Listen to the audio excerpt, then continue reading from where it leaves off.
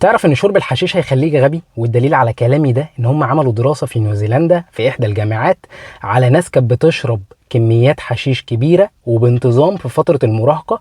لقوا ان مستوى ذكائهم قل تقريبا 8 درجات، يعني الاي كيو بتاعهم قل 8 نقط على مقياس الذكاء، والفترة اللي قل فيها ذكائهم كانت من 13 سنة لحد 38 سنة. ده غير ان في دراسات تانية لقت الناس اللي بتشرب حشيش او ماريجوانا بانتظام او اي حاجة شبه الحشيش، الحاجات دي بتأثر على الاستيعاب والفهم بدرجة كبيرة جدا. كمان الدراسات أثبتت إن الناس اللي بتشرب حشيش بانتظام ده بيخليهم عرضة أكبر للاكتئاب والتوتر. ده غير إن الحشيش بيزود احتمالية الحوادث من 3 ل7 مرات، يعني ممكن تشرب سيجارة حشيش وتأذي نفسك وتأذي غيرك بسجارة. أنا طول الفيديو ما كلمتكش عن الحلال والحرام، كلمتك عن جزء بسيط من الآثار السلبية أو الآثار الجانبية لشرب الحشيش أو ما يشبه الحشيش.